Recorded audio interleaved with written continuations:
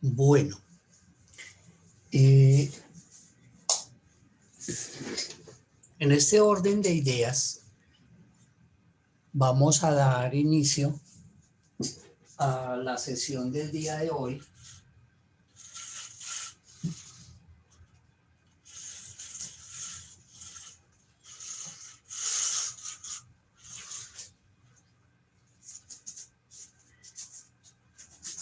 Con respecto a los contratos comerciales. Estoy buscando la mejor imagen con respecto a la luz. Bueno, ahí creo que mejoramos al 100%. Y vamos a hablar hoy en esta sesión todo lo relacionado con la representación legal, la representación jurídica y la representación mercantil que tienen todos los asuntos de los contratos comerciales.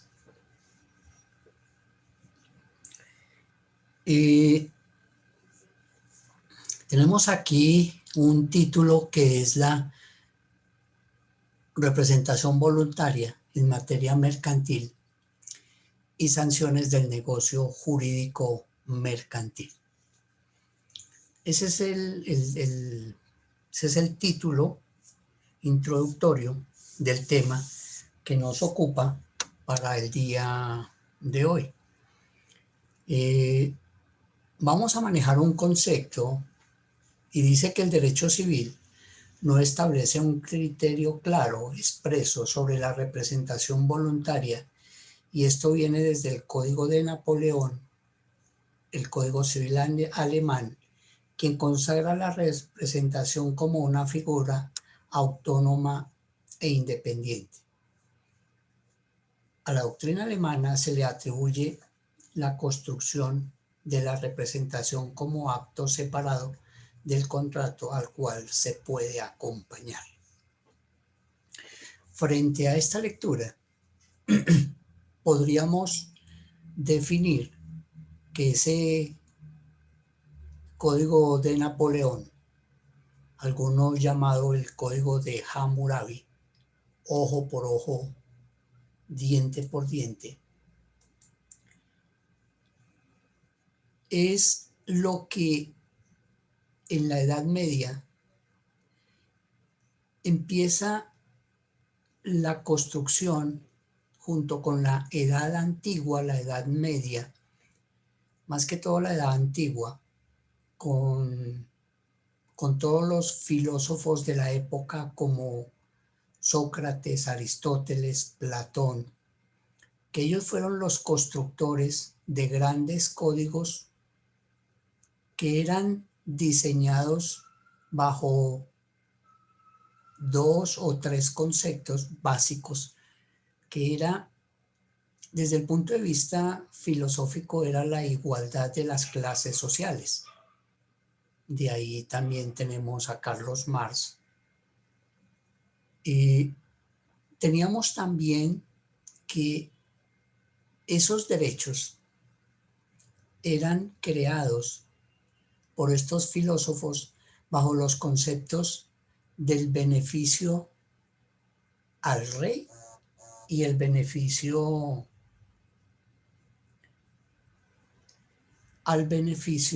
de la Iglesia Católica. Es tan así que entonces en la guerra de Constantinopla, cuando la Iglesia Católica pierde la batalla, es cuando el Papa construye, crea las famosas cruzadas.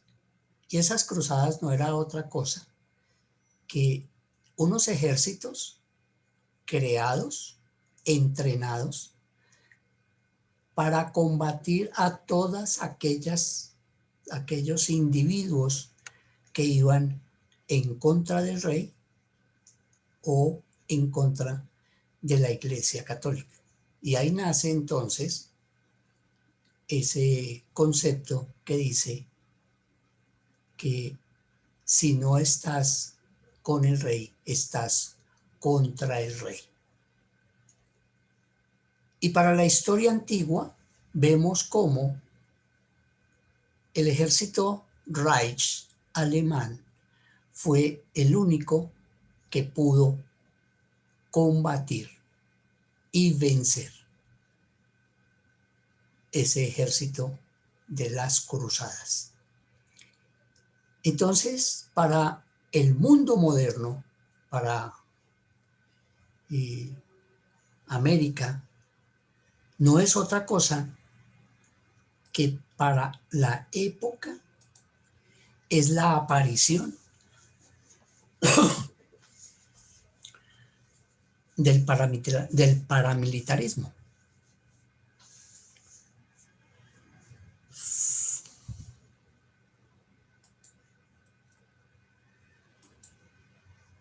Es que todavía hay compañeritos que quieren entrar a la sesión.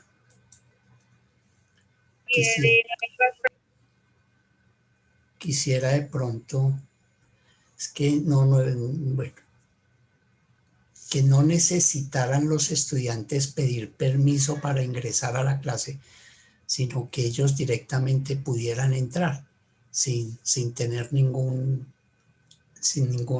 sin tener ninguna interrupción. Bueno, mire.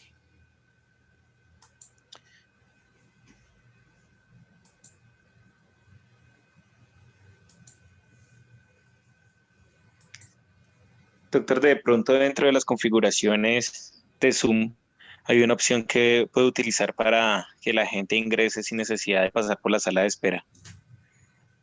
Sí, estoy aquí donde dice, está compartiendo la pantalla. A ver, creo que en participantes dice admitir a todos, pero ahí los admito a todos. Debes buscar lo que diga sala de espera. Y en sala de espera lo habilitas para que los compañeros no pasen por sala de espera.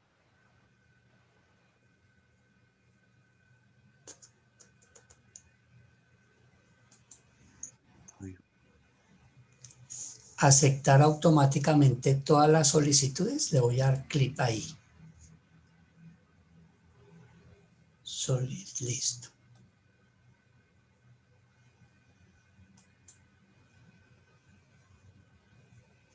Listo.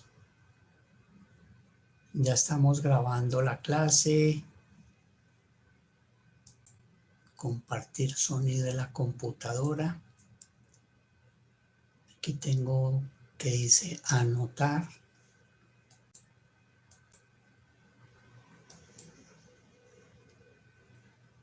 Compartir. Bueno, ustedes ven la pantalla, ¿verdad? Sí, señor. Bien. Sí, doctor. Bueno. Entonces, ese concepto que estábamos manejando como cultura, mire, ahí sigue admitir, o sea, no me dio resulta bueno. Ese concepto donde estamos manejando ese tema de la cultura general que para muchos de los estudiantes en un momento dado se puede convertir en un autodidacta, en un autoestudiante de filosofía, cuando no es la gente pidiendo acceso, es los micrófonos abiertos y No, todo doctor, eso. pero tú sí les puedes silenciar y el que quiera hablar que levante la mano. Aquí nos va a tocar es hacer un curso de...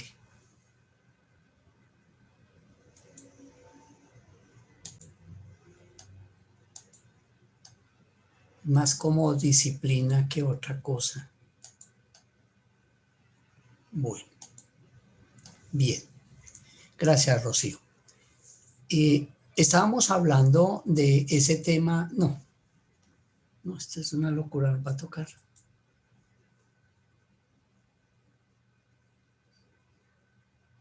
Aquí creo que...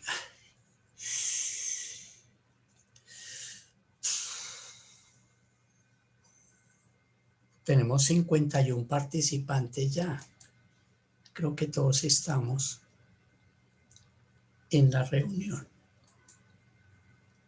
Bueno.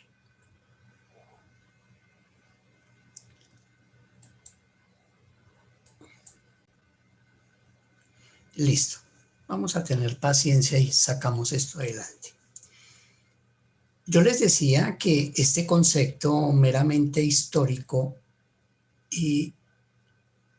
les va a ayudar a ustedes como me ha ayudado a mí en la vida práctica del litigio, del derecho. Este conocimiento que en un momento dado puede ser autodidacta, como lo he venido desarrollando yo a través de los tiempos.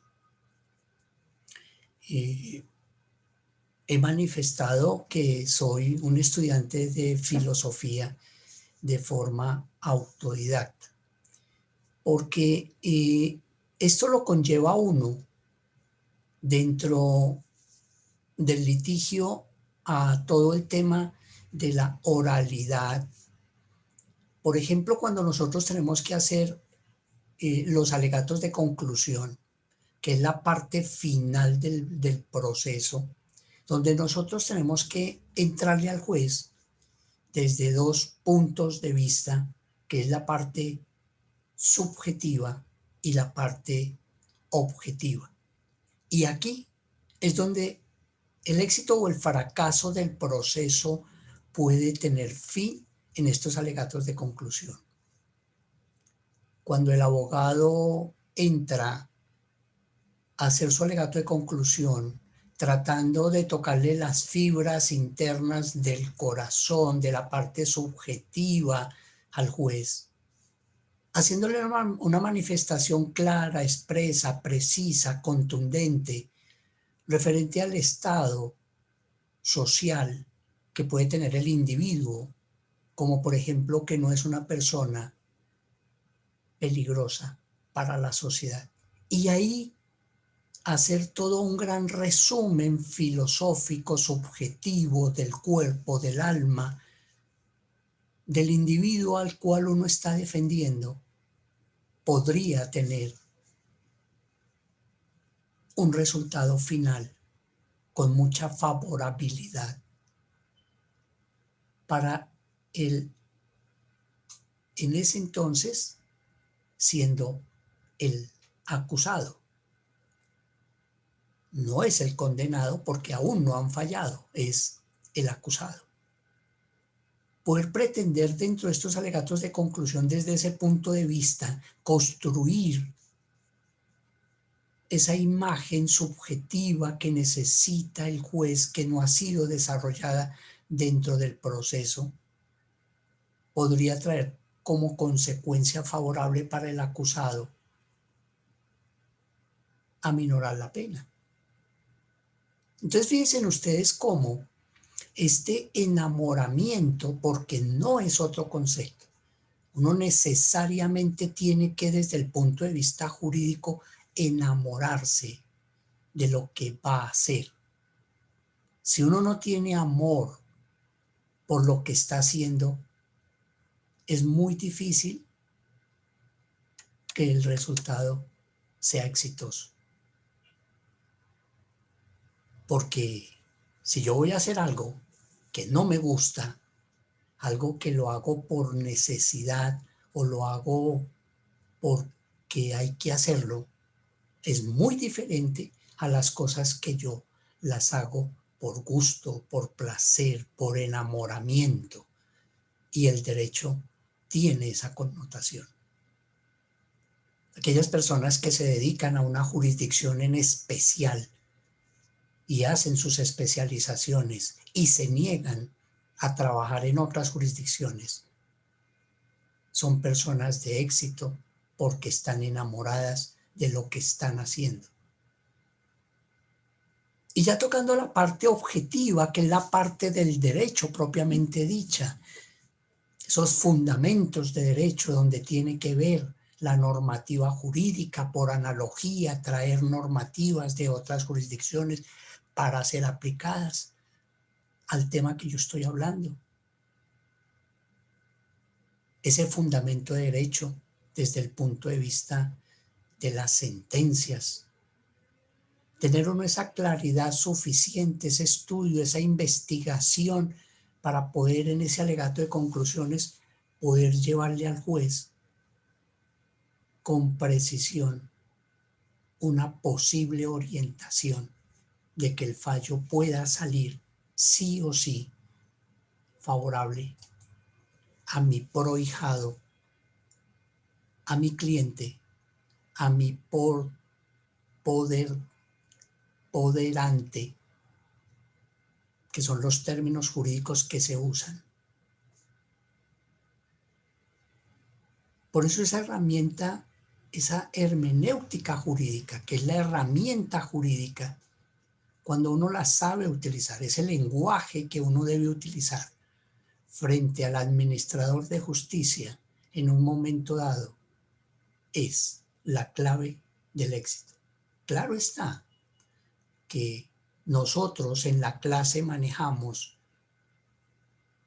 el concepto, manejamos la ley, manejamos las sentencias, manejamos las doctrinas, pero el juez, en uso de su razón y de su poder jurídico, el 250 constitucional, que le dice usted debe actuar y debe fallar bajo el imperio de la ley, es opcional que el juez tenga en cuenta las sentencias y las doctrinas, porque así lo permite la ley. Entonces muchas veces hacer recursos de reposición en subsidios de apelación porque el juez no le tuvo en cuenta la sentencia o no le tuvo en cuenta la doctrina de algún texto, puede que el superior siguiente se ratificó en lo actuado, manifestando que bajo el imperio de la ley es potestativo del administrador de justicia poder tenerlos en cuenta o no tenerlos en cuenta. Entonces, por eso es bien importante que todas estas asignaturas que vemos, como la lógica jurídica, como el código de ética del abogado, vemos también el derecho romano que se ha perdido en su esencia, que es la materia fundamental, y muy lentamente se está perdiendo. En Universitaria de Colombia tenemos un hombre, y no es por cepillarlo ni por aludirlo, pero es un hombre en el cual yo me quito el sombrero. Es el doctor Edgardo Altamar de la Rosa, quien hasta hace unos meses anteriores fue nuestro decano de la Facultad de Derecho. Es un hombre mayor. Es un hombre que durante su vida jurídica, estudiante de la vieja época del externado de Colombia, de la Universidad Libre, abogado litigante, hace unas exposiciones en derecho romano que yo, por ejemplo, lo admiro mucho.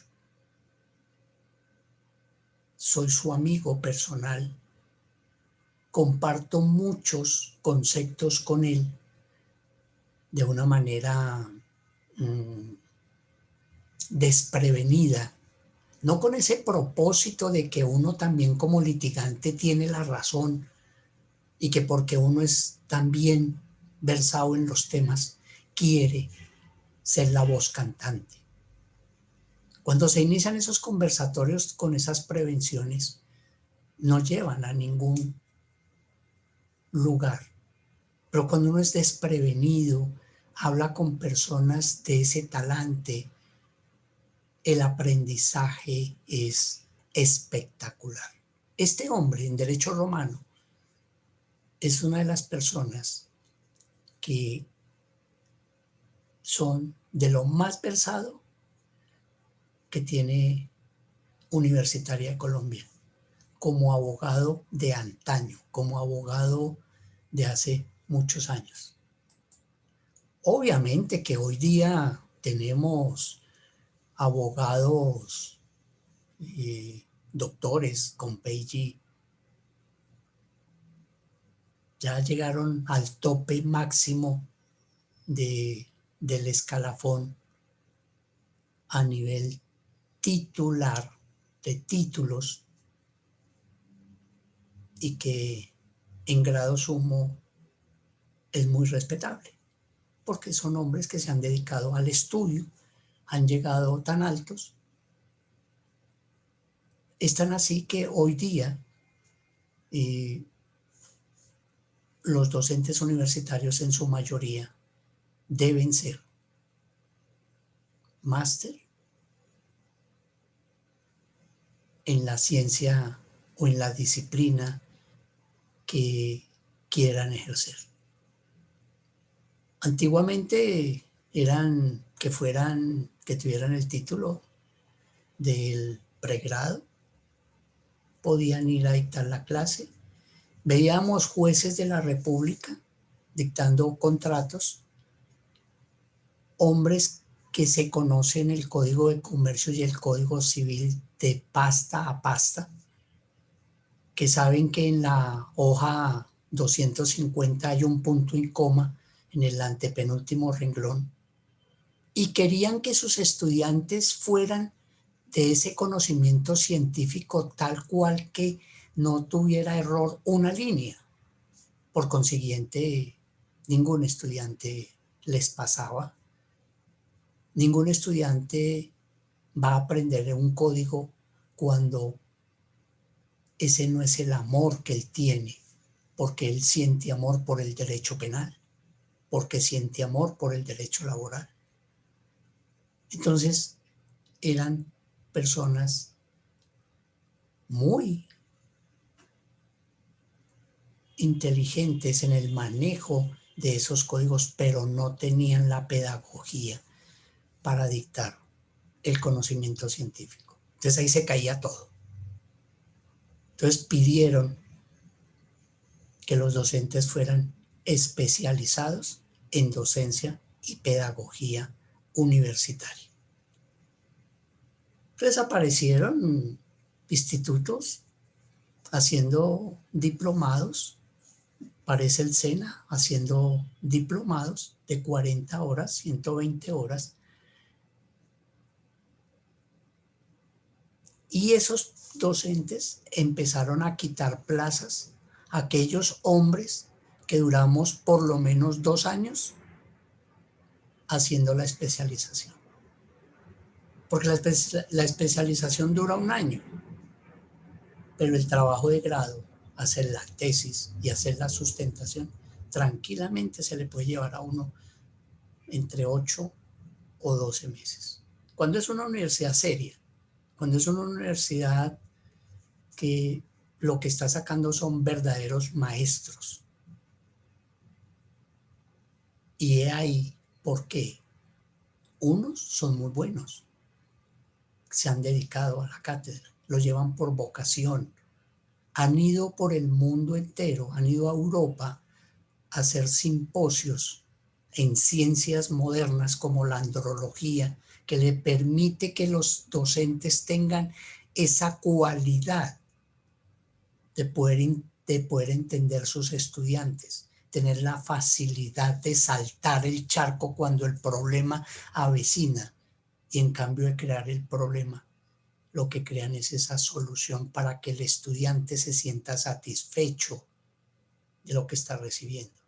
Entonces, esos conocimientos generales es lo que hace que el profesional sea realmente profesional. Hemos encontrado docentes que medio les tocan el ego y se disparan y se llevan por delante cuanto estudiante encuentre. ¿Será que eso es lo que necesita nuestro pueblo colombiano? Seguir combatiendo la guerra, seguir combatiendo ese fracaso, o mejor, llevarlo por el camino de la paz, reconociendo, porque es que cuando yo reconozco mis errores, eso es lo que me hace más profesional. Yo no estoy perdiendo autoridad frente al estudiantado cuando reconozco mi falta, mi error. Y es de hombres y es de sabios reconocer los errores. Por eso las personas inteligentes no debatimos temas cuando no lo conocemos. Simplemente aquellas personas obstinadas que no conocen los temas, que en reuniones sociales les salen a compartir temas que no conocen, hacen el ridículo, hacen el oso. Muchas veces le dicen a uno, es que ese man es todo picado, ese man no le habla a uno, ese man, pero ¿qué voy a hablar de huevo que no conozco, que no sé? Gente que le habla a uno del fútbol americano, ¿al caso yo sé de eso? Le hablan a uno de béisbol, ¿al caso yo sé de béisbol? Para no ser el ridículo, pues me quedo callado. Yo de pronto sé de Millonarios, bueno, no tanto, bueno, pero de resto no. Entonces, este concepto, fíjese que aquí, en esta representación voluntaria en materia mercantil, nos trae a colación la historia y vemos cómo es de forma voluntaria que una persona natural o una persona jurídica va a ser la representación de otra persona natural y otra persona jurídica. Porque es un contrato. Y volvemos al concepto del contrato, acuerdo de voluntades. Nos vamos a poner de acuerdo. Usted está de acuerdo en que usted sea mi representante legal. Eso trae como consecuencias 1000 cosas. Y puede sí o no aceptar esa representación voluntaria. Porque dice que la capacidad de ejercicio consiste en la aptitud que tiene la persona para afectar su propio patrimonio. Entonces, una universidad coloca como representante legal a un ministro, a un embajador, a un expresidente de la República para darle imagen a su institución, como el caso de los Andes, como el caso del Externado, como el mismo caso de Universitaria de Colombia, que ustedes saben quiénes son los dueños, pero el representante legal es nuestro queridísimo doctor Guillermo Hoyos. Es un eminente rector que ha sido rector de muchas instituciones universitarias por muchos años. Él es el representante legal y lo han colocado para darle imagen a la institución, para que frente a los ministerios, frente al gobierno, tenga una representación digna. No quiere decir que nuestros dueños, nuestros fundadores no tengan esa cualidad. Claro, porque ustedes saben quién ha sido cada uno de ellos. Pero igualmente quieren cambiar esa imagen que se tiene políticamente, socialmente, y nombran una persona que su profesión es rector de universidades, rector de instituciones de educación superior. Conoce tanto la norma conoce tanto los principios, que es el que ha hecho que Universitaria de Colombia en este momento esté en el punto que está. 8 carreras profesionales, más de 17 programas de técnicos, construyó el colegio. Y eso hace que dentro de las 5 o 7 especializaciones que ya se tienen, empecemos a hacer lo que todos queremos, que sea salir de ese perfil bajo que se tenía para mostrarle al mundo exterior que Universitaria de Colombia está presente. Imagínense ustedes, mis queridos estudiantes, que nosotros los de pregrado no podemos ir a dictar clase en la especialización porque no tenemos título de doctores. Y todos los que llegan a la especialización deben ser doctores, tener su título de doctorado. Van a dictar una especialización en Derecho Penal. Los profesores, los docentes que van a dictar deben ser doctores en Derecho Penal. No ser maestros, no tener maestrías, no, ser doctores. Eso es lo que le da la calidad. Y el precio del servicio es por menos de la mitad de cualquier otra institución que utiliza también doctores para dictar ese conocimiento científico. Podemos decir que la representación es un acto jurídico unilateral por el cual quien lo emite faculta a una persona para que actúe en su nombre y lo obligue frente a terceros. A ver, Héctor Manuel. Profesor, buenos días. Buenos días. Pues es una pregunta relacionada con lo que usted acaba de hablar de la especialización. Puede que se salga un poquitico del tema, pero ¿qué posibilidades habría de ustedes que están manejando bien ese tema de que en lugar de presentar tesis o trabajo de grado se hiciera la especialización y se homologara ese título? Hay universidades que lo hacen y pues sería bueno, y pues salir graduado con especialización sería perfecto. Sí. Dentro del comité académico, yo hice ese planteamiento inicialmente para construir imagen y para que nuestros futuros abogados, como lo hace la Gran Colombia, como lo hacen otras instituciones, inclusive el mismo Rosario, los estudiantes terminan su pensum académico, su contenido programático lo terminan e inmediatamente les dicen que pueden ir a hacer la especialización a cambio de hacer la tesis o hacer los preparatorios. Claro, eso podría ser porque se van a llevar por lo menos 1 año y medio y eso a la universidad va a tener ingresos suficientes porque es una especialización. El concepto que tiene Universitaria de Colombia es muy diferente. La filosofía de los fundadores es siempre ayudar al desarrollo de nuestro país. Y el sentir de ellos es que el estudiante debe salir lo más rápido posible con el título profesional para que pueda engrandecer su riqueza laboral. Porque una cosa es ser uno titulado y otra cosa es ser sin título. Entonces ellos dicen, preferimos que los estudiantes se titulen rápido, puedan ascender en sus instituciones, puedan salir a ejercer el mercado laboral titulados y posteriormente pueden entrar a hacer la especialización que quieran, donde la quieran hacer.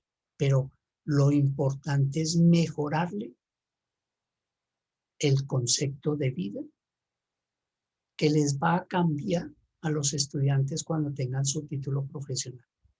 porque sí o sí, una cosa es ser uno profesional y otra cosa es no tener el título profesional. Yo tengo mi título profesional, así no sepa nada, pero soy titulado. ¿Cuántos hombres y mujeres de avanzada edad hacen el gran esfuerzo y se gradúan para buscar como una satisfacción personal?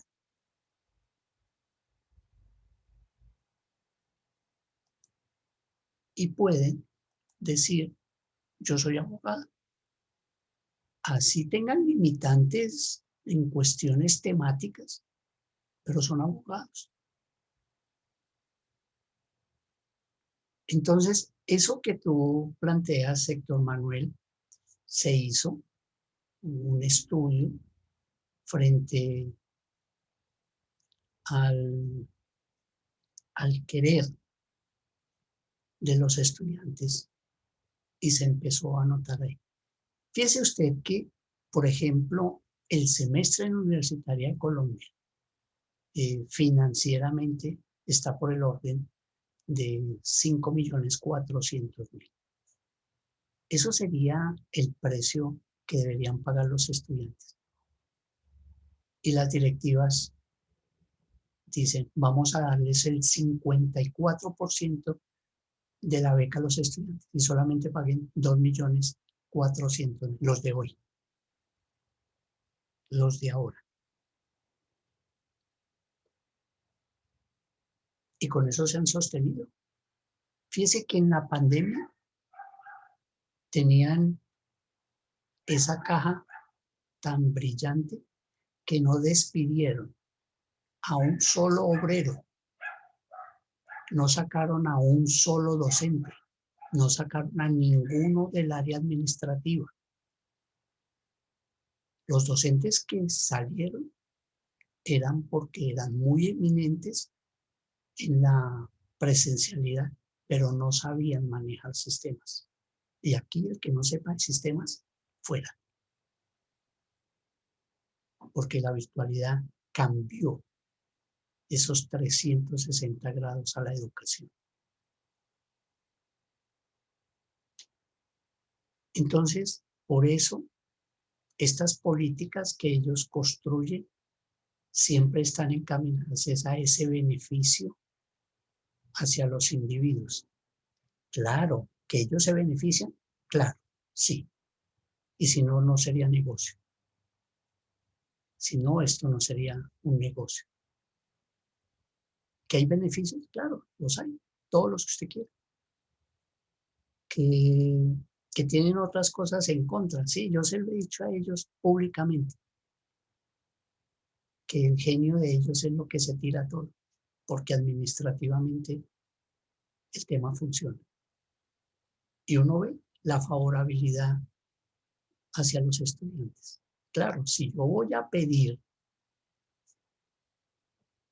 cosas y lo voy a pedir con el garrote en la mano, nadie le da a uno nada.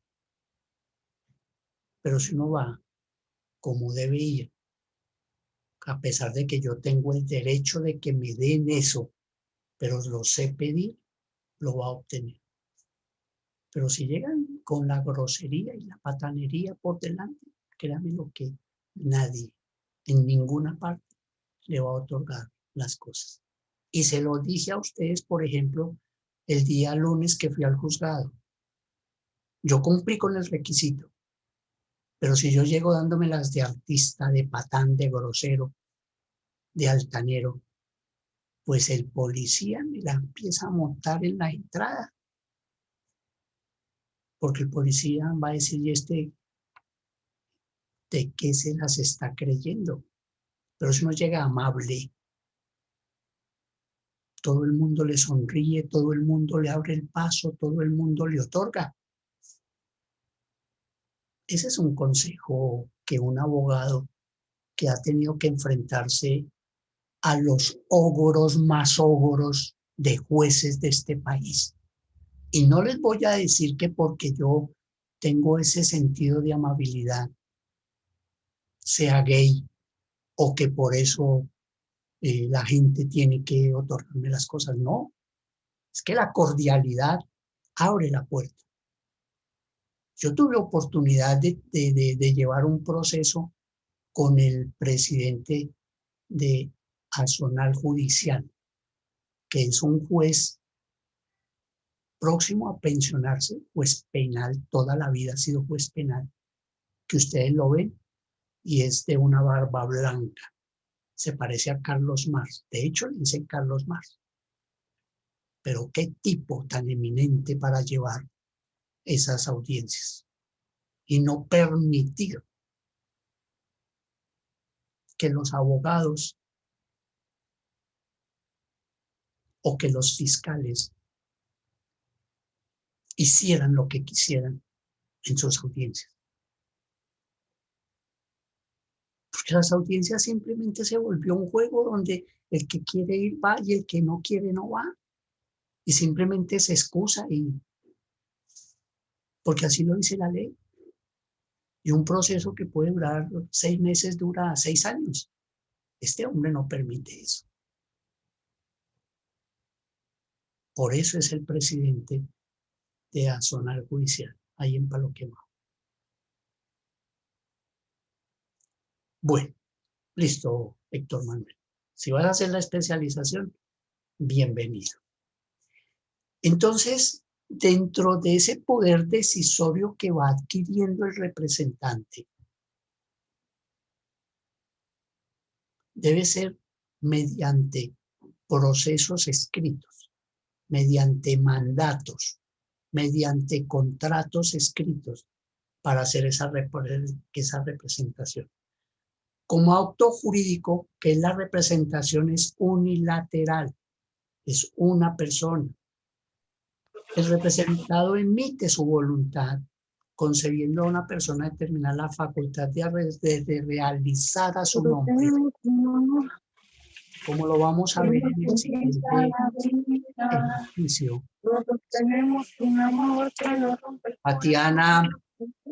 Tatiana, buenos días. Gracias. La facultad de actuar en su nombre para que lo represente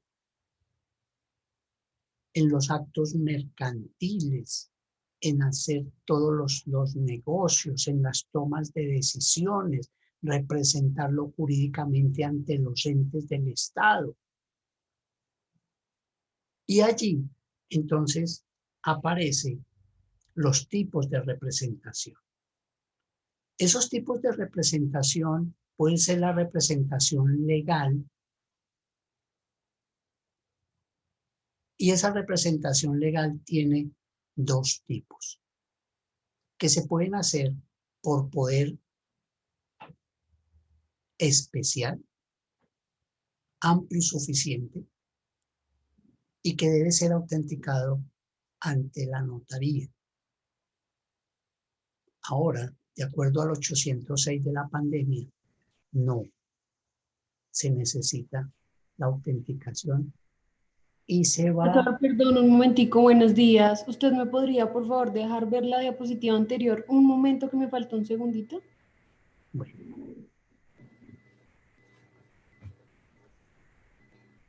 Ya. Tómale foto. Sí, ya. Muchísimas gracias. En la 806 de la pandemia, como las notarías estaban cerradas y los juzgados podían trabajar de forma virtual, entonces el prohijado, el poderante, podía otorgar el poder al abogado para que el abogado presentara la demanda, presentara la tutela, y la condición sine qua non era que el abogado tenía que presentar esos documentos por medio del correo electrónico legal. Ese correo electrónico legal, yo se lo había manifestado a ustedes en clases anteriores, es aquel que nosotros radicamos en el Consejo Superior de la Judicatura, cuando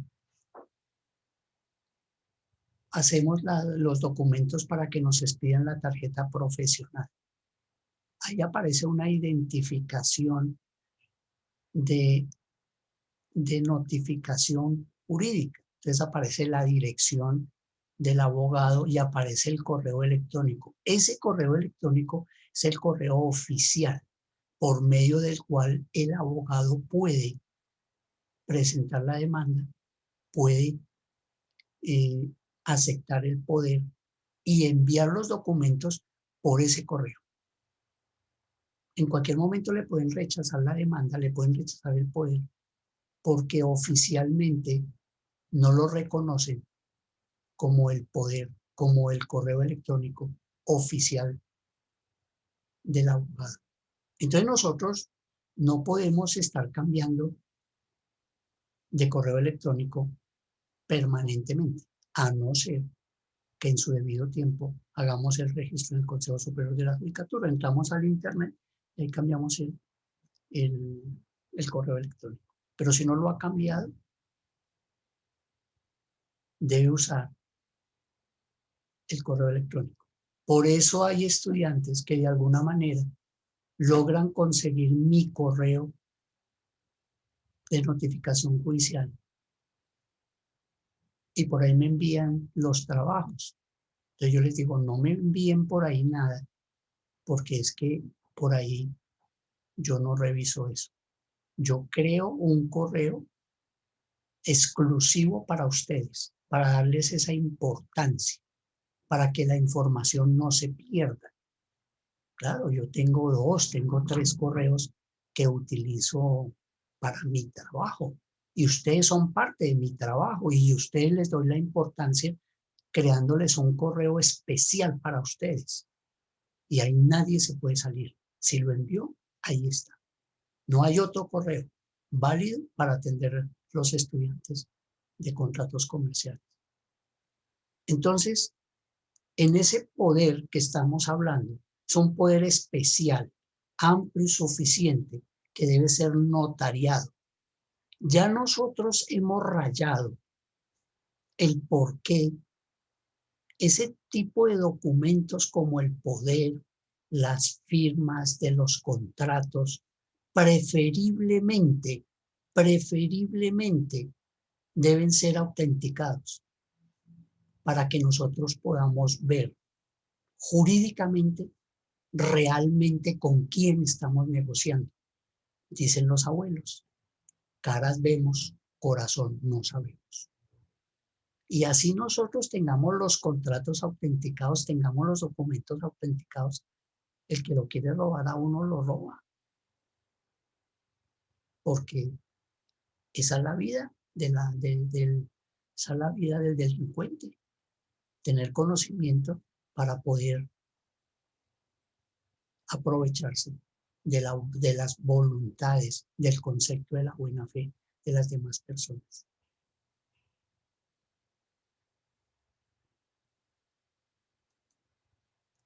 Aquí he traído un modelo de poder. Es un modelo de poder, mas no es el poder oficial. Porque yo, por ejemplo, cada vez voy construyendo un modelo de poder porque debe ser amplio, debe ser suficiente, interpretándolo en el marco de la ley, porque si bien es cierto el poder es un contrato de mandato, entonces yo tengo que involucrar aquellos conceptos jurídicos de los principios de los contratos. Y aquí, si lo vemos, vamos a agrandarlo un poquito. Vamos a agrandar un poquito el concepto para poderlo entrar a explicar. Y dice, aquí en la parte de arriba, dice que quien otorga el poder, por ejemplo, don Juan Rodríguez, mayor de edad identificado con la cédula de ciudadanía expedida, obrando en calidad de representante de la sociedad, una persona jurídica. calidad que lo acredito en el certificado de existencia y representación legal. Vamos a ver ese tema de la representación legal que acreditó la Cámara de Comercio de Bogotá, de Cali, de Medellín, o documento que haga sus veces en ejercicio de las facultades que me han sido conferidas. Pero aquí entra el tema que nosotros hemos hablado, que la persona tiene la capacidad física y la capacidad física, mental y legal para contratar. Puede quedar dentro del poder para que más adelante los herederos o las personas que puedan intervenir dentro del negocio mercantil no me pueda constituir un acto administrativo de nulidad manifestándome que el prohijado, que el poderante no tenía capacidad física y mental, que tenía una incapacidad. Entonces, fíjense cómo lo que hemos aprendido durante el ejercicio de este módulo lo vamos a colocar ahí para la defensa de nosotros como abogados. Porque si ese documento está autenticado ante notario y el notario no me ha manifestado la incapacidad física, mental o legal que tiene el poderante, quiere decir que el documento es legal. Y así lo hago ver ante cualquier autoridad competente. Otra cosa es cuando yo he hecho una acción fraudulenta. Contrato a mi amigo que es de la notaría, que es el encargado de hacer los domicilios. Venga mi hermano, tome tanto dinero, camine, vamos a la casa de tal señor, hágale firmar el poder y resulta que el señor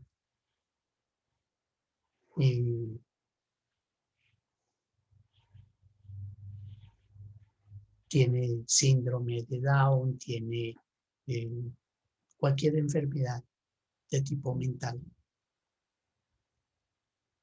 que lo inhabilita para tener una capacidad de contratar.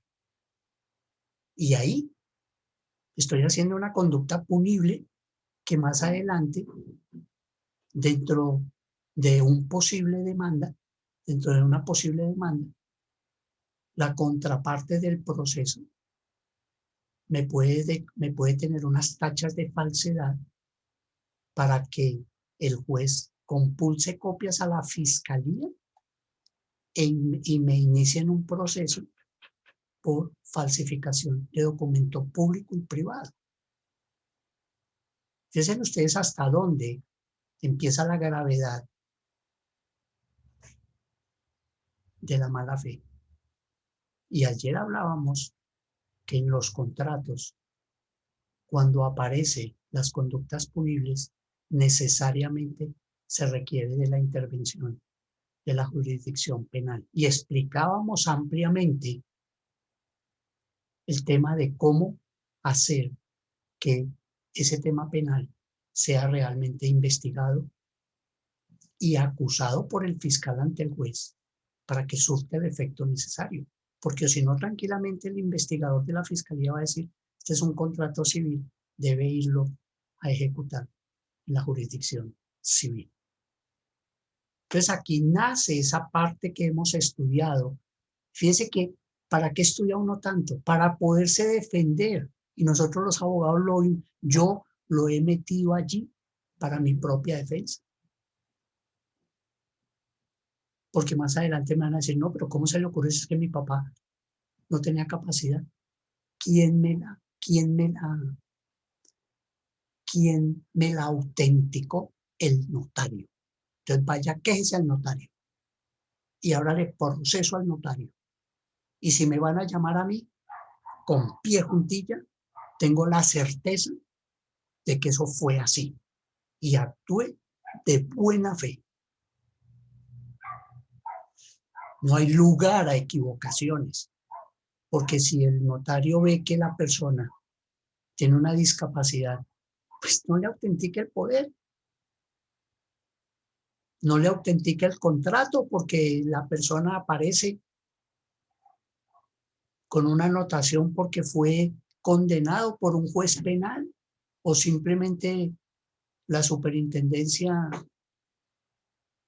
de Industria y Comercio le tiene restringida la facultad de que ejerza el comercio mientras termina un conflicto que pueda tener a nivel comercial.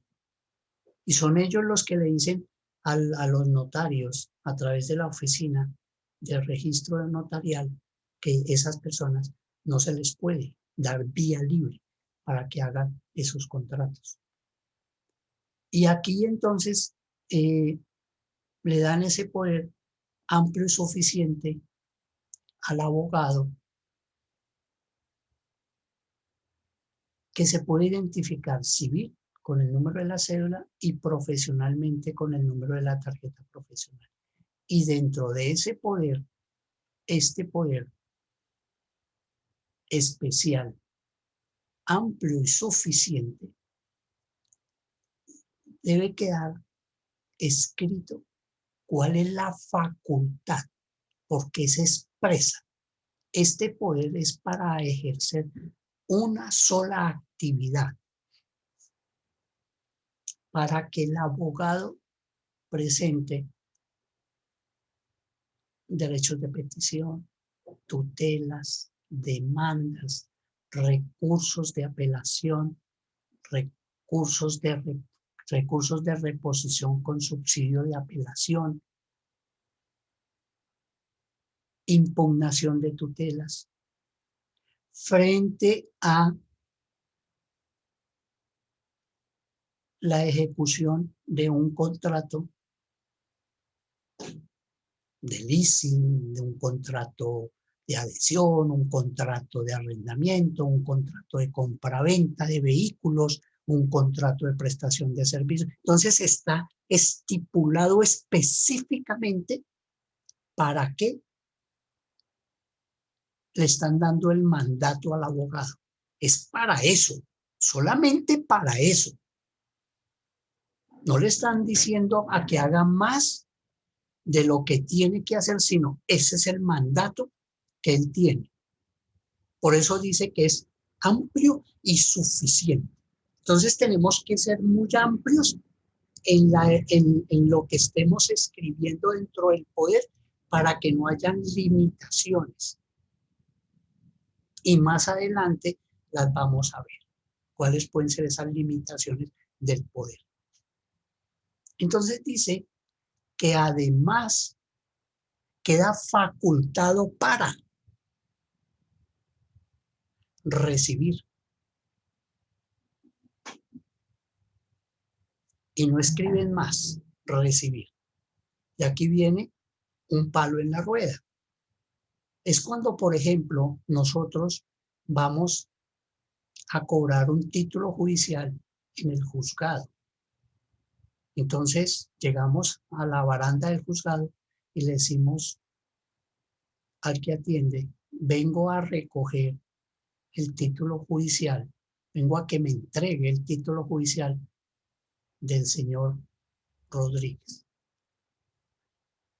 Y el funcionario revisa el poder y le va a decir, pero aquí no está usted autorizado para recibir el título judicial.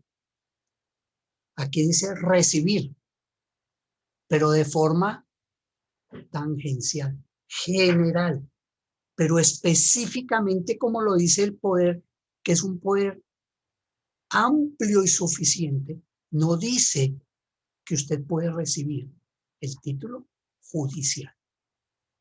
Tiene que venir el dueño del título. Pero es que aquí no dice recibir. Pero tiene que decir específicamente recibir el título judicial. Entonces, como dice ahí, recibir el título judicial, pues el funcionario del despacho me lo va a entregar. ¿Qué hago yo con ese título judicial? Pues voy al Banco Agrario y lo voy a cobrar. Y el funcionario del banco me pide el poder. Y resulta que en el poder no dice que lo puedo cobrar ante el banco. El funcionario del banco me dice, no, doctor, usted no está autorizado para cobrar el título judicial. Pero es que ahí dice recibir. Ahí dice recibir el título judicial. Sí, señor. ¿Y dónde dice cobrar? Porque es un poder especial, amplio y suficiente. Esto lo están dando. Además queda facultado y dentro de las facultades no le dan la facultad para que cobre el título judicial. Conclusión, el que tiene que ir a cobrar el título judicial es el dueño del título, que puede ir al banco. Y ahí es una medida de seguridad que puede tener dentro del marco de la mala fe, porque yo no voy a decir aquí que es que los abogados todos son honestos. No, mentiras. Ahí es donde se crea ese contexto que dice que la ocasión hace el ladrón. Muchos abogados van, recogen el título judicial y van al banco, lo cobran y se guardan la plata. Y ahí es donde viene ya el problema penal. Adelante, Yedelmira. Profesor, escúcheme como para aclarar. Entonces, si mi cliente me da el poder para cada procedimiento que voy a realizar, necesito un poder autenticado. ¿Ese puede ser realizado en la misma fecha, el mismo día o a medida que va avanzando? Claro, porque si tú tienes varios mandatos para el abogado, pues si uno se parece al otro, lo puede escribir dentro de ese poder. Y si no, tiene que darle poder para cada, por ejemplo, para cobrar el contrato, para cobrar no, la doctor. letra, porque son mandatos diferentes y de pronto son jurisdicciones diferentes. De pronto son inclusive dentro de la misma jurisdicción, pero por competencia de la No, cual en ese caso usted decía que uno para reclamar el título y otro para cobrarlo. no, ¿En un solo poder puede no, restar sí, las dos perfecto. acciones? Sí. Dice, queda facultado para 2 puntos. Recibir, claro. Recibir, reclamar el título judicial, cobrar el título judicial. Ah, perfecto. Es que creí que en ese caso era uno por cada procedimiento. Gracias, doctor. Porque le está dando facultades. Aparte de eso, resulta que a uno no le admitieron la demanda porque no la subsanó a tiempo, porque no fue del gusto del juez la subsanación. Y en este tiempo de pandemia, eso es lo que está pasando. Se subsanan las demandas y como no es gusto del juez, mejor dicho, es que el juez le dice al sustanciador, hermano, en la medida que pueda devolver demandas, devuélvalas. Y por cualquier detalle, le dicen que le rechazan la demanda porque la subsanación no cumplió con el mandato jurídico. Se lo mandan a uno ahí a un libro de anotaciones y uno esperando que el juez se manifieste por correo electrónico y después de que le denieguen a usted la subsanación, pues le rechazaron la demanda. Puede perder 4 o 5 meses y el expediente ahí durmiendo, el sueño de los justos, porque nadie le ha avisado, porque usted pues cree que el juzgador está haciendo el mandato del 806. Paja, ellos también están haciendo lo que se les da la gana.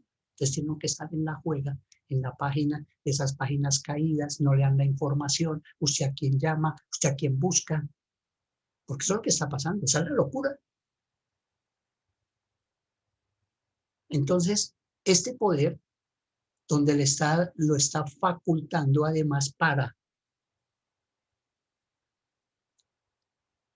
va uno a a retirar el expediente. Y en muchos juzgados, el secretario le dice a uno, doctor, ¿dónde está la autorización de su cliente para retirar la demanda? Venga, doctor, pero es que ese es un poder amplio suficiente. Sí, pero el mandato, ¿dónde dice? Y resulta que el cliente de uno es un cliente bien complicado, bien difícil. De esos clientes bien complicados, bien difíciles. Porque no es el proceso que uno lleve, sino es lo complicado del cliente. Porque hay clientes de clientes supremamente complicados. Y ahí empieza el problema para el abogado. ¿Con qué cara va a decirle usted a su cliente? Venga, doctor, deme un poder porque la demanda la rechazaron. Tipo, se le encachorra, el tipo se le pone con malas pulgas. Ahora bien, ríasen ustedes, mis queridos estudiantes, cuando uno recibe el proceso y está a punto de prescribir la acción. Y por razón a fuerza, en ese trámite jurídico, prescribió la acción. Entre el tiempo que el juez rechazó la demanda y el tiempo en que me notificó para recogerla nuevamente. Ahí prescribió la acción. ¡Qué problema tan el que el abogado se metió! Entonces tiene que estar en lo que está, por efectos de esa prescripción. Por eso este abogado, este docente, ha sido tan reiterativo en el concepto de la prescripción. Y no solamente lo enseña, no solamente lo manifiesta con ejemplos teóricos, sino en la práctica lo utiliza. Y les dice a ustedes, deben presentar sus trabajos tal día, tal hora. Quien no lo presente tal día, tal hora, le prescribió. Punto. Ay, pero es que ese profesor es todo escuelero, es todo cascarero. Ay, por un minuto. Es que ese minuto es el que usted necesita en la vida jurídica, en la vida profesional, para que sea serio en sus actuaciones jurídicas. Porque el juez no le come cuento. Usted llegó a las 5:01 al edificio, pensando que el policía no lo deja entrar. Cuando usted llegó, ya está cerrado y puede llorar. Si logró entrar a las 4:55, pero el ascensor se le demoró más de la cuenta, el solo hecho de que usted esté dentro del edificio no le da para que usted llegue a las 5:01 al despacho a radicar el documento, porque cuando usted llegue, el despacho está cerrado. Y así esté abierto, no se lo recibe, porque como ellos radican el documento y lo meten en un reloj, y ese reloj le marca 5:01, 5:02, entonces ellos faltando 5 minutos no reciben más. Muy difícil. Pero por un minuto, ahí lo tienes, un minuto que alegaba cuando era estudiante y que decía que el docente era escuelero. Ahí está la práctica. Entonces aquí, en este poder, vemos cómo involucramos la vida práctica del litigio, que el abogado quede con la facultad de adicionar documentos, corregir documentos. Oiga, doctor, entonces el abogado puede coger y corregir un documento. Sí lo puede corregir. Si tiene el tiempo necesario, lo puede corregir. Por ejemplo, ir a la registraduría y hacerle corregir el nombre que tiene uno de los herederos. Y es válido porque ahí lo dicen. No es coger un borrador y adulterar, falsificar un documento. Muchas personas van y piden una certificación de que están en séptimo semestre de Derecho y cuando van y lo llevan a su empleador le colocan que estaba en octavo o en noveno. Ejemplos de la vida real donde gente de la fiscalía hace eso solo por ascender. Yo ahorita están en unos problemas tenaces porque los han denunciado penalmente y les abrieron un disciplinario para la destitución del cargo, con un agravante, que es el penal. ¿Qué va a pasar? ¿Qué va a decir el juez? Por la falsificación del documento. ¿Y qué va a pasar con ese disciplinario donde a esa persona le va a tocar pagar la plata que le entregaron de salarios desde el momento en que la nombraron hasta el momento de terminar el proceso? Mire ese endeudamiento que quedó y le toca pagar esa plata. Entonces fíjense que el problema es de fuerza mayor. No es un problema tan fácil como uno quisiera y que uno dice y lo ve. Oiga, hermano, pero bueno, pucha, que lo haga un tipo de a pie, vaya y venga. Pero que lo haga una persona que trabaja en la fiscalía, que lo haga un funcionario público que sabe qué es la falsificación del documento, que lo haga un abogado. A ver,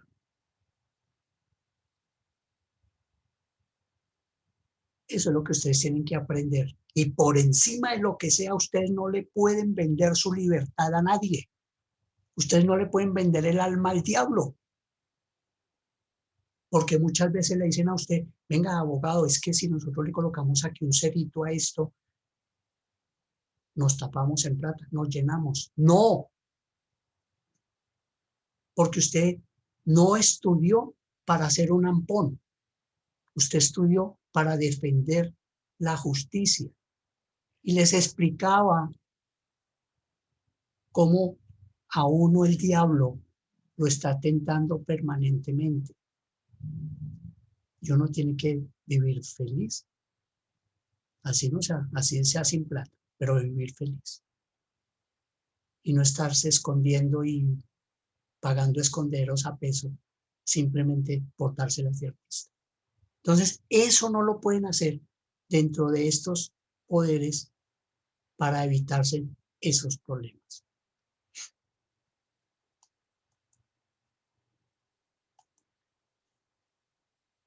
Y finalizamos diciéndole que este poder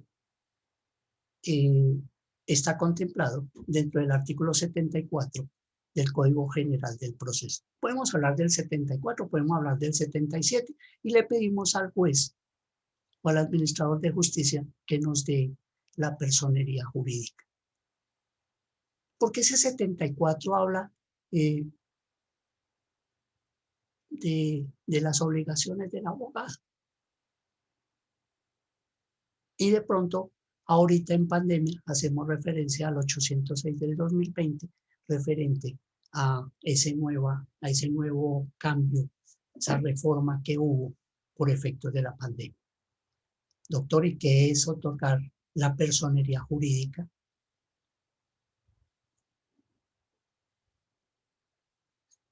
Cuando el juez en la primera audiencia de trámite abre la audiencia y pregunta a las partes en el proceso por sus generales de ley. ¿Y qué son los generales de ley? La identificación civil y profesional y en qué calidad está en la audiencia. Estoy en calidad de apoderado de la víctima, estoy en calidad de apoderado del contratista, estoy en calidad de apoderado del demandante. le preguntan los generales de ley a la otra parte y en ese momento cuando termine el juez les hace el reconocimiento jurídico a las partes y a los abogados, en especial ahí, en ese acto administrativo, le da la personería jurídica, o sea, les está dando el permiso, les está autorizando para que actúen en representación jurídica de su poderante. Esa es la personería jurídica. Perfecto. El poderante firma con su número de cédula, coloca la huella, autentica y le colocan acepto, que es el abogado, nombre, todos los datos, incluyendo las partes, el correo electrónico. Es bien importante que el correo electrónico quede copiado dentro de ese documento. Bueno, esta explicación pues no sobra frente a lo que de pronto ustedes en otras clases pudieron haber recibido frente a estos poderes. Vamos a hablar ahora de el otro poder, que es un poder general.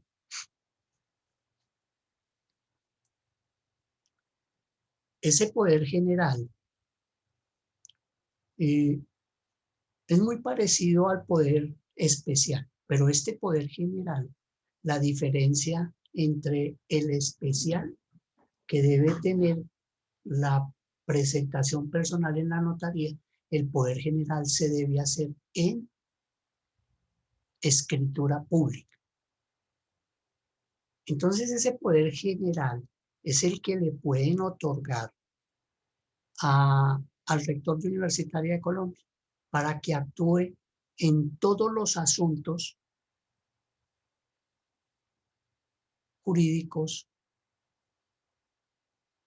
mercantiles, que represente ante los entes del Estado, como el Ministerio, como la Secretaría de Educación, para que no tengan que cada vez que necesiten hacer una representación legal, tengan que ir a pedir la firma y autenticar. Entonces, en ese poder general le manifiestan que tiene todo el poder para representar jurídicamente, civilmente, penalmente, patrimonialmente a la persona natural o a la persona jurídica.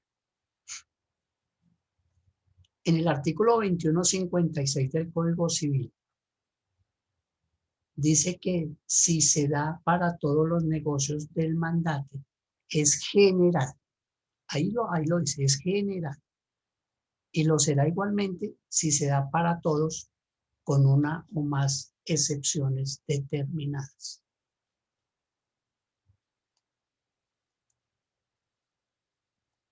Bueno, son las 9:30 y sigue pidiendo pista a la gente para entrar. Qué horror.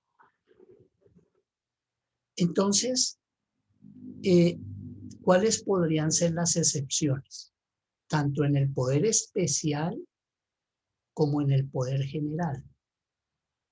Que los socios de la sociedad o la persona natural limite la cuantía de la negociación que vaya a realizar el representante legal.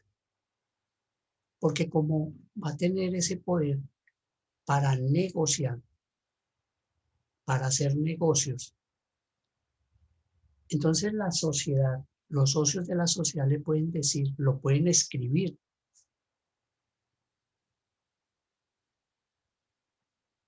en el documento que él solamente puede hacer negocios por cuantías hasta por 1.000 millones de pesos. Y de 1.000 millones de pesos en adelante tiene que pedir autorización mediante un acta de junta directiva. Esa puede ser una limitación, que es la que yo conozco. Dentro de, le dan la representación legal de una empresa a un señor y la junta de socios le dice, usted solamente puede hacer negocios hasta por 1.000 millones, no más. Si va a hacer negocios por encima de ese valor, tiene que pedir la autorización. Y nosotros le hacemos un acta de socios para autorizarle la modificación que tiene dentro de esa excepción.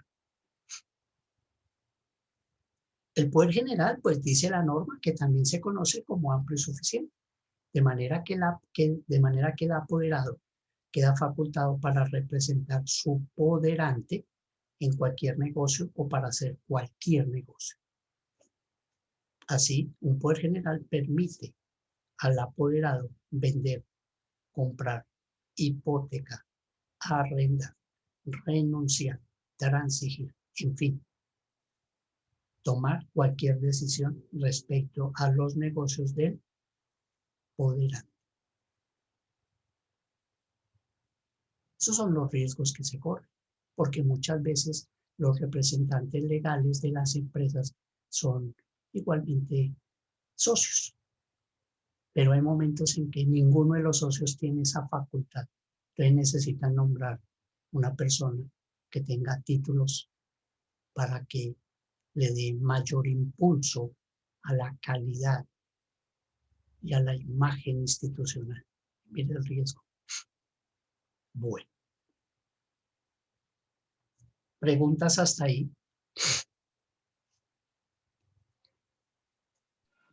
Buen día, honorable docente. No, ya me está echando. No va a No, gastar, señor. no va a gastar desayuno. No, señor, es para preguntarle. Ya me está echando y no gasta desayuno. No, con mucho respeto. Siga, Luis Fernando. Docente, me gustaría preguntarle en referencia pues a la limitante de los poderes. Yo tengo la oportunidad de prestar mi servicio para unos abogados y yo tenía esa inquietud cuando inicié a laborar con ellos sobre esa limitante.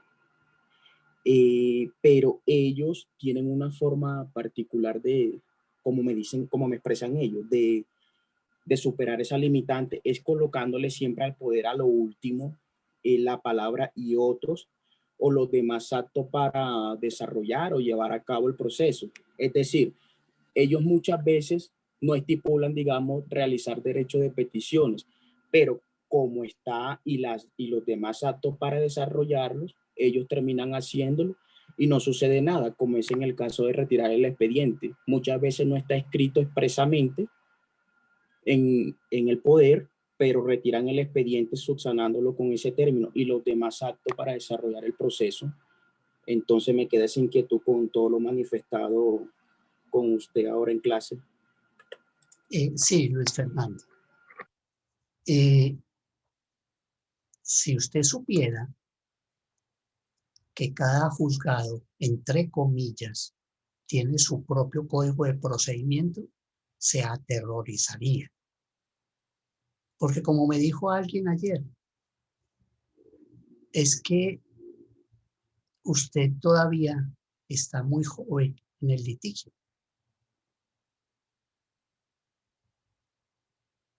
En muchas partes, con esa palabra y demás funciones para la defensa de mis intereses jurídicos. Y le entregan a uno y no pasa nada, excepto en los títulos judiciales, ahí sí la cosa es en serio. Ahí sí, porque es plática lo que está en juego y no creo que se lo vayan a entregar si no está expreso dentro del poder. Pero retirar la demanda, yo lo vi en un juzgado laboral. Y fue el abogado y le decía al secretario y se le empujó. Pero es que aquí dice, y demás. Dice, no señor, tiene que ser expreso. Claro, yo desde un ladito dije, miércoles. A partir de la fecha, pongámosle eso al poder. Y con eso nos vamos a ahorrar de pronto dificultades. Una cosa es, fíjese usted que en ninguna parte va a encontrar usted el modelo de poder. Yo cogí en la internet y pegué este modelo de poder y vi que es un modelo. Y si está autenticado me puede servir. Pero cada abogado lo que hace es su poder, lo acomoda a su criterio jurídico para su beneficio y para tener mejor desarrollo de su actividad profesional, porque no existe un modelo. Cuando llegamos al juzgado, es donde el juzgado aparece con su procedimiento. Vamos a revisar este tema. Usted llega, Sí. Luis Fernando, al juzgado, ya le admitieron la demanda, y usted llega al juzgado y le dice, señor juez, ¿ustedes hacen el 290 o lo hago yo? Estoy hablando de la notificación. El aviso que se le hace a la persona que tiene 5 días para que pague la obligación o que se haga presente en el juzgado a contestar la demanda. Generalmente es para que pague la obligación. En muchos juzgados le dicen a usted, no, doctor, hágalo usted y mándelo por correo certificado y tráiganos el cotejo y ya con eso. En otros juzgados le dicen, no, señor, haga la solicitud y nosotros lo hacemos aquí. Póngale cuidado usted, Luis Fernando. Si usted está acostumbrado a hacerlo y llega a un juzgado y dice, no, no, señor, usted tiene que pedirlo aquí. Y nosotros lo hacemos. Al caso es que el procedimiento que dice, una vez admitida la demanda, tiene 6 meses de plazo para que haga las notificaciones de acuerdo al 290. Y después le dice, una vez surtido el 290, puede, si la parte no se hace, si no se notifica, puede volverlo a notificar mediante el 291. Entonces, fíjese usted ahí cómo opera lo que usted está diciendo. A usted les ha funcionado, a otros no les ha funcionado. Entonces, no es una regla de juego, no es una camisa de fuerza, que lo que el docente manifiesta aquí con base a su experiencia jurídica no lo tengan en cuenta los estudiantes. Los estudiantes lo pueden tener en cuenta como no lo pueden tener en cuenta. Y en el momento que lo necesiten, lo pueden utilizar. Porque no estamos irrespetando la norma. No estamos irrespetando el administrador de justicia. Estamos actuando dentro del marco del debido proceso. ¿Te das cuenta? Entonces, si sobra, mejor. Pero lo difícil es cuando hace falta. Entonces, si a ustedes les ha funcionado así y quiere usted, cuando sea profesional, adicionarle lo que yo le estoy enseñando, perfecto. Y eso no le va a sobrar. Pero Sí, docente. Pero si le hace falta, lo puede utilizar. ¿Viste? Sí, docente, qué pena. Lo que pasa es que me quedaba esa inquietud porque yo les manifestaba a ellos, pero ¿cómo superan ustedes esa limitante? Y ellos expresaban eso, que la norma no le indica expresamente, solamente dice amplio y suficiente. En ningún momento te dice enumérelo. Y yo siempre les interpelaba, incluso a ellos que son doctores, abogados especializados, yo les decía, no, pero me parece que uno a uno es mucho mejor, ¿no? Mucho más claro. Entonces, como mi función es hacerle esa tarea a ellos, me decían, bueno, pues hazlo a tu acomodo, inclúyele todo eso y a lo último también inclúyele los demás para superar esa limitante. Sí, bien. Entonces era como eso. Perfecto, Pero muchísimas gracias, doctor. No, el comentario es válido y esa es la voz de la experiencia y aquí se trata de que cada quien postule sus experiencias y las matizamos y las ponemos a funcionar, porque todo esto hace parte del proceso de la práctica que se necesita tener para el éxito jurídico.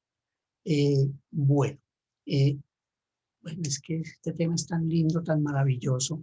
Mañana vamos a hablar de la representación legal. Espero que todos tengan la oportunidad de hacerle un chequeito al tema de la Cámara de Comercio para que tengamos un conocimiento amplio y suficiente sobre qué son las cámaras de comercio y qué funciones ejerce la Cámara de Comercio. Muchos saben que existe la Cámara de Comercio, otros ni idea tienen que ese ente privado existe. Entonces vamos a buscar aquellos que tengan tiempo, los que sean acuciosos, pues buscan, hacen una investigación y mañana hablamos sobre esa representación legal de la Cámara de Comercio. Bueno, no siendo más el objeto de la presente, agradecerles enormemente su atención. Espero que haya sido de su completo agrado la sesión del día de hoy. Que tengan un feliz día. La clase ha terminado. Muchas gracias. Profe, igualmente. Gracias, doctor. Que tenga buen día. Muy amable. Gracias.